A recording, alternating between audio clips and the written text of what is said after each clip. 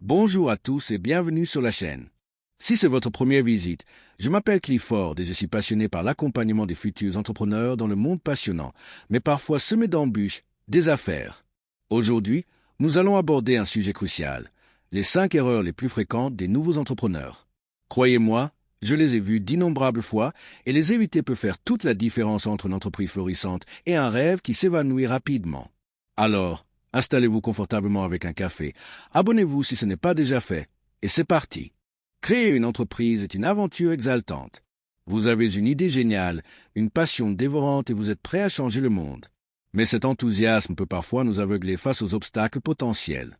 Nombre d'entrepreneurs novices, malgré leur intelligence et leur dévouement, tombent dans des pièges courants qui peuvent faire échouer tout le projet.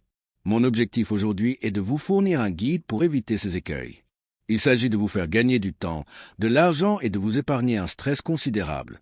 Alors, commençons par la première erreur. Erreur numéro 1. Ne pas valider son idée. Le piège du « si vous le construisez, ils viendront ». La première grande erreur, et l'une des plus fréquentes, est de ne pas valider correctement son idée d'entreprise. C'est le piège de penser « j'ai une idée géniale, je vais la développer et les clients viendront d'eux-mêmes ». La réalité, de nombreuses idées brillantes n'ont pas de marché. Vous adorez peut-être votre produit ou service, mais est-ce que suffisamment de personnes l'apprécient suffisamment pour être prêtes à payer? Valider une idée ne se résume pas à demander son avis à sa mère. Il s'agit d'une étude de marché. Il s'agit de comprendre son public cible, ses problèmes et de déterminer si la solution proposée y répond réellement. Il s'agit d'analyser la concurrence. Quels sont ses points forts et ses points faibles? Sans validation, vous risquez d'investir des mois, voire des années, et des milliers de dollars dans quelque chose dont personne ne veut. C'est une leçon douloureuse et coûteuse. Commencez modestement. Échangez avec des clients potentiels. Réalisez des enquêtes. Créez un produit minimum viable, MVP, une version basique pour tâter le terrain. Proposez votre produit ou service en avant-première. Obtenez des retours concrets avant le lancement. L'important n'est pas la perfection, mais de démontrer l'existence d'une demande. Erreur numéro 2. Vouloir tout faire soi-même, le syndrome du super-héros solitaire. Deuxième erreur, vouloir tout faire soi-même. Je comprends. Au début, le budget est serré et on veut garder le contrôle. Mais tenter d'être à la fois PDG, directeur marketing, comptable, chargé du service client et développeur produit, c'est la recette assurée pour l'épuisement professionnel et la médiocrité. Vous avez des atouts. Misez dessus. Pour le reste, déléguez, automatisez ou externalisez. Inutile d'être expert dans tous les domaines de votre activité. Vous allez vous surmener. La qualité de votre travail en pâtira dans les domaines où vous êtes moins performant et vous deviendrez incroyablement inefficace. De plus, vous vous épuiserez rapidement et perdrez la passion qui vous a motivé à commencer. Identifiez vos compétences clés. Dans quel domaine excellez-vous particulièrement? Pour les autres tâches, recherchez des solutions abordables. Pouvez-vous faire appel à un assistant virtuel pour les tâches administratives? Pouvez-vous engager un freelance pour le design ou les réseaux sociaux? Existe-t-il des outils pour automatiser les processus? Même quelques heures d'aide extérieure par semaine peuvent faire la différence. Erreur numéro 3. Négliger ses finances. L'illusion du « l'argent se réglera tout seul ». Bon, la troisième erreur est grave et fait couler de nombreuses entreprises prometteuses. Négliger les finances. Beaucoup d'entrepreneurs créatifs adorent l'idée, le produit, le service, mais sont terrifiés par les tableurs et les budgets. Cette illusion selon laquelle l'argent se débrouillera tout seul est extrêmement dangereuse. Vous devez comprendre votre flux de trésorerie, votre taux de consommation de trésorerie, vos marges bénéficiaires et votre stratégie de prix. De combien d'argent avez-vous réellement besoin pour survivre? Quels sont vos coûts fixes et variables? Le prix de votre produit ou service vous permet-il de couvrir vos dépenses et de dégager un profit? Un manque de clarté financière engendre des crises de trésorerie imprévues, des dépenses excessives, une sous-évaluation des prix, au final, un épuisement des ressources avant même d'avoir eu la moindre chance de réussir. C'est comme piloter un avion sans jauge à carburant. Familiarisez-vous avec les principes comptables de base. Utilisez un logiciel de gestion budgétaire simple, voire un tableur. Notez toutes vos recettes et dépenses. Déterminez votre seuil de rentabilité. Si les chiffres ne sont pas votre point fort, faites appel dès le départ à un bon comptable ou à un conseiller financier. C'est un investissement rentable à long terme. Erreur numéro 4. Ne pas se concentrer sur les ventes et le marketing. Le mythe du « si vous le construisez, ils le trouveront ». Passons à la quatrième erreur.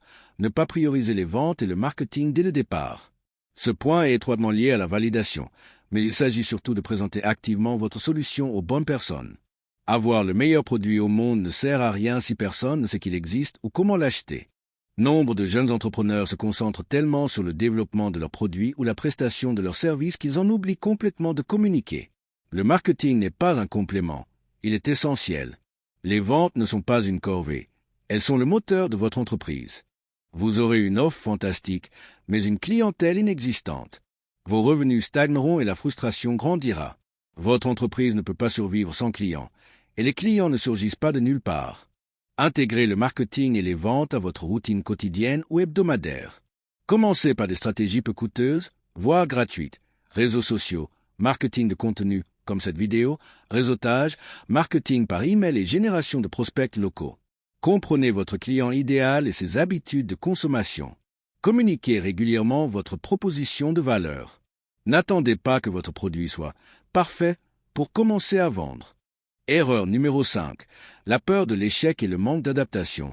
La mentalité du tout ou rien. Enfin, la 5e erreur, peut-être la plus insidieuse, la peur de l'échec et le refus de s'adapter. Nombre d'entrepreneurs novices fonctionnent selon une mentalité du type perfection ou échec. Ils considèrent leur plan initial comme sacré et perçoivent toute déviation comme un échec. Le parcours entrepreneurial est rarement linéaire. Vous rencontrerez des obstacles.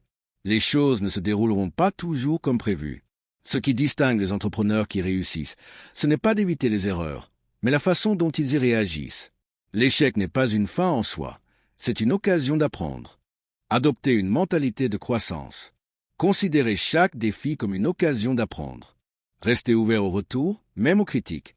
Faites preuve d'agilité et soyez prêt à modifier votre stratégie, votre produit, voire votre modèle économique dans son ensemble si les données le justifient. Le marché est en constante évolution et votre entreprise doit pouvoir s'adapter. Voilà donc les 5 erreurs les plus courantes commises par les nouveaux entrepreneurs. 1. Ne pas valider son idée. 2. Vouloir tout faire soi-même. 3. Négliger ses finances. 4. Ne pas se concentrer sur les ventes et le marketing. 5. Avoir peur de l'échec et ne pas s'adapter. N'oubliez pas que créer une entreprise est un marathon, pas un sprint. Vous ferez des erreurs, mais en comprenant ces obstacles courants, vous pourrez aborder ce parcours avec beaucoup plus de confiance et de meilleures chances de réussite. Apprenez des autres, soyez persévérants et continuez. À laquelle de ces erreurs vous identifiez-vous le plus? Ou peut-être en avez-vous commis une et l'avez-vous surmontée? Partagez vos réflexions et vos expériences dans les commentaires ci-dessous. J'adore lire vos commentaires et apprendre avec vous. Si cette vidéo vous a été utile, n'hésitez pas à la liker, à vous abonner pour plus de conseils en entrepreneuriat et à activer les notifications pour ne manquer aucune vidéo. Merci d'avoir regardé et à bientôt.